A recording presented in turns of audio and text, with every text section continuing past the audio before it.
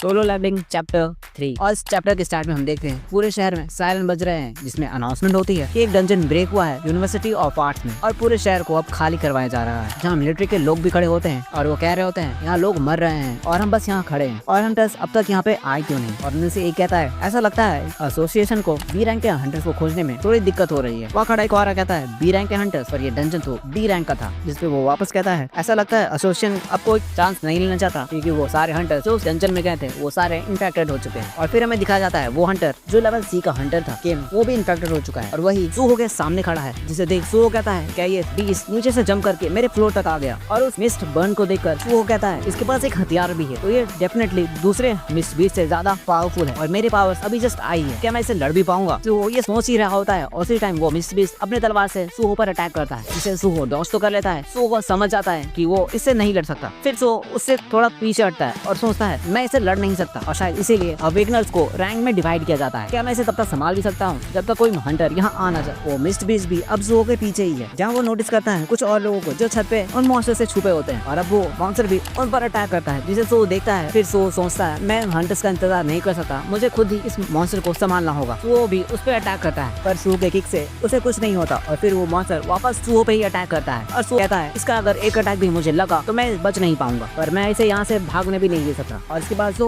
अपनी पूरी ताकत से उस पे कई पंचेस मारना स्टार्ट करता है, पर सूहो के कई अटैक के बावजूद उसे मॉन्स्टर पर कुछ असर नहीं पड़ता। और फिर सूहो पूरी ताकत से एक और किक मारता है, पर उस किक से भी उस मॉन्स्टर को कुछ असर नहीं पड़ता। वो मॉन्स्टर अपनी तलवार से सूहो पर सीधा अटैक करता है और जिससे सूहो को काफी गहरी चोट आती है और वो काफी दूर जाके गिरता है। और फिर हम सूहो की एचपी दिखते हैं जो बिल्कुल आखिरी पॉइंट पे बची रहती है और सूहो कहता है ये सिर्फ एक लक है या फिर सिस्टम मुझे अभी मरने नहीं देना चाहता। इसके बाद हमें कुछ क्रैक होता हुआ दिखता है। अब वो मॉन्स्टर भी सूहो के पास जाने लगता है और वो क्रैक धीरे धीरे बढ़ता जाता है। वो मॉन्स्टर सीधा सूहो के तरफ दौड़ता है और सूहो इतना ज्यादा थक चुका है कि वहाँ से हिल भी नहीं पाता और वो वहीं पे गिर जाता है। और तभी वो क्रैक टूट जाता है और हमें कुछ दिखता है उनकी तरफ बढ़ता हुआ और वो चीज सीधा उन दोनों के पास पहुंचती है। वो मॉन्स्टर अपने तलवार से सूहो पे अटैक करने वाला ही होता है, तभी वो चीज आती है और उस मॉन्स्टर का हाथ काट देती है। और फिर हमें देखते हैं वो कोई और नहीं बल्कि बेरू होता है और सूहो बेरू को देखता है और फिर बेहोश हो जाता है। और बेरू वहाँ आते ही सूहो को हील करना स्टार्ट करता है और वो कहता है ये सब इसीलिए हुआ क्योंकि मैं लेट हो गया। और फिर बेरू उस मॉन्स्टर को काफी गुस्से में देखता है और कहता है क्या तुम वही हो जिसकी इतनी हिम्मत हो गई हमारे यंग मोनार्च पे अटैक करने की। फिर बेरू बहुत ही तेजी से उस मॉन्स्टर की तरफ बढ़ता है और